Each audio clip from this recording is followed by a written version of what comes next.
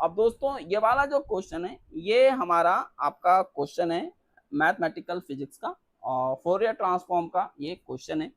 Questions क्या है कि an integral transform F x of a function F x. ठीक है, तो ये आपका क्या है, ऑलरेडी ये ट्रांसफॉर्म हो चुका है किस फंक्शन का, इसका, है ना। Can be regarded as a result of regarded as a result of applying an operator F, है ना, ऑफ ए फंक्शन। तो दिस ये आपको, और यहाँ पे ये दोस्तों आपका एक्स वाई है, ठीक है, सॉरी ये आपका एक्स वाई है। If I is the identity operator तो then the f4 is given by. तो दोस्तों यहाँ पर आपको इसकी वैल्यू बतानी है, मतलब यहाँ पे ना ये मल्टीपल फोरियर ट्रांसफॉर्मेशन है, मतलब मैंने फंक्शन एक फंक्शन का मैंने फोरियर ट्रांसफॉर्म लिया, उसका रिजल्ट आया, मैंने उसको फिर ट्रांसफॉर्म लिया, फिर उसका रिजल्ट आया, फिर मैंने उसको फिर ट्रांसफॉर्म किया, उसका रिजल्ट आया, फिर मैंने उसको फिर ट्रांसफॉर्म किया, उसका रिजल्ट आया।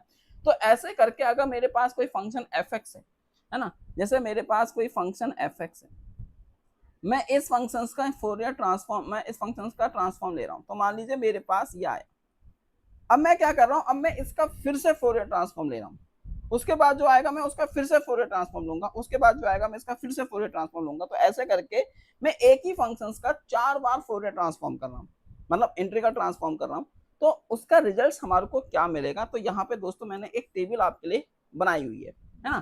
तो यहाँ पर आप देख सकते हैं कि अगर मान लीजिए मेरे पास कोई फंक्शन एफ एक्स है, मैं उसका यहाँ पे n टाइम्स यहाँ पे क्या कर रहा हूँ, उसको ट्रांसफॉर्म कर रहा हूँ, तो क्या होगा देखो, अगर हम एक बार करेंगे तो ये आएगा, 2 बार करने पर हम उस फंक्शन में माइनस का x रख देंगे, तीसरी बार करने पर जो फोरियर ट्रांसफॉर्म आएगा उसमें हम माइनस का x रख देंगे, और चौथी बार में आप देखेंगे कि ये हमारा 2 पाई का स्क्वायर और एफ एक्स हो जाएगा, है ना। ये हमारे पास हो जाएगा 2 पाई का स्क्वायर एफ एक्स हो जाएगा, और 5वीं बार करने पे 2 पाई का स्क्वायर ये फोरियर ट्रांसफॉर्म आएगा।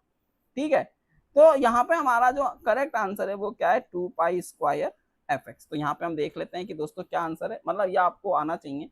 तो देखो दोस्तों, यहाँ पे हमारे पास 2 की पावर पाई 4 आ रहा है, तो ये नहीं हो सकता, ये 2 पाई आया, ये नहीं हो सकता, ये आया नहीं, तो यहाँ पे हमारा 2 पाई का स्क्वायर आ रहा है, तो इसका मतलब है करेक्ट ऑप्शन इज ऑप्शन 4 ना। तो ये आपका ये एक प्रॉपर्टी है, ठीक है। अगर हम फंक्शंस को n टाइम फोरियर ट्रांसफॉर्म लेंगे, तो ये हमारे पास दोस्तों एक प्रॉपर्टी थी जो मैंने यहाँ पे आपको दोस्तों कर दी है। ठीक है, आई होप आपको ये क्वेश्चन यहाँ पे समझ में आ गया होगा।